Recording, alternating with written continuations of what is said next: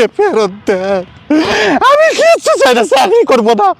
সে প্রেম পাগলা সবার কাছে আপনাদের কাছে ওয়াদা করে গেলাম, আমাকে গেলাম, ঘৃণা করে গেলাম। আমার বংশের মানে আমার কোনো সন্তানকে আমি এই ডিপার্টমেন্টে চাকরি করাবো না। আমি আজকে নিজেও চাকরি করবো না, আমি কিচ্ছু চাই না। আমি আমার মেয়েকে নিয়ে আমি গ্রামের বাড়িতে চলে যাব। কেন হাজির করা হচ্ছে না কোর্টে? 1 মাসের আগে হাজির করার জন্য বলছে পুলিশকে। পুলিশ কেন গাফিলতি করলো?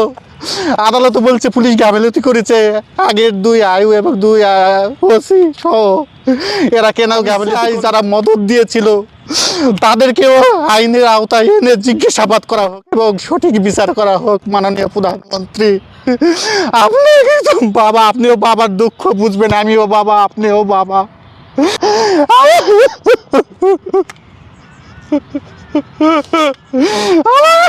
আপনারা ফেরত দেন। সাংবাদিক ভাইরা, আপনারা আমার ভরসা। সাংবাদিক আপনাদের কলমের অনেক জোর আছে ভাই। আপনারা কলম ধরলে পরে সরকার নড়ে চড়ে বসে। আপনারা সৎ, সবাই খারাপ না, 2-1 জন সাংবাদিকও খারাপ থাকতে পারে, পুলিশও খারাপ আছে, সবাই সব জায়গাতে ভালো মন্দ দিয়ে আছে। কিন্তু আপনারা সবাই যারা ভালো আছে সবার কাছে আমার একটাই দাবি, আমার মেয়েকে আমার বুকে ফেরত দিয়ে ব্যবস্থা করেন দ্রুত। যে মেয়ে আমাকে সবচেয়ে ভালোবাসে, সবার কলিজার টুকরা, আপনারা এলাকায় যাই শুনবেন। এবং যত ইউনিটে চাকরি করেছি আমার কাগজ চেক করতে পারি, আমি কোন ইউনিটে চাকরি করছি দেখবে না। আমি যদি বাইরে একটা ভালো কিছু খাই, আমি ওই জিনিস আবার কিনে আমার মেয়ের জন্য বাসায় নিয়ে যাই। যে ভাবি যে আমি খাবো, আমার মেয়ে খাবে না কেন? আমার মেয়ে যদি ঘুমায়, ঘুম থেকে তুলে আমি খাওয়াই, আমার ওয়াইফ বলে এত রাতে মেয়েকে ডাকে তুলতেছে কেন?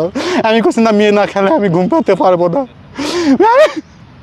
আমার কলিজার টুকরা, আমার আদরের প্রথম সন্তান। আমি আর কিচ্ছু বলতে চাই, শুধু আমার মেয়েকে চাই।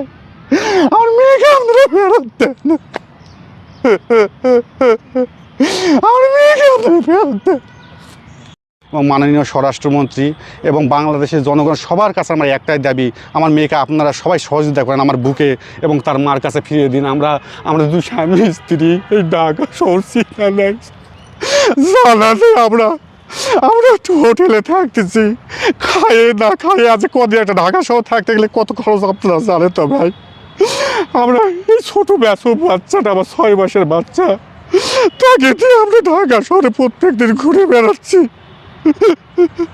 আমি বিচার পাচ্ছি না। আমি 22 বছর চাকরি, আবার তার চাকরিও করবো না। চাকরি চাই না, কিচ্ছু চাই না। আমি 2টা ডাল ভাত খাই বেঁচে থাকতে চাই। তাই সন্ত্রাসী বুক থেকে ফিরে নিয়ে আসি আমার বুকে, আমার মেয়েকে দেয় না।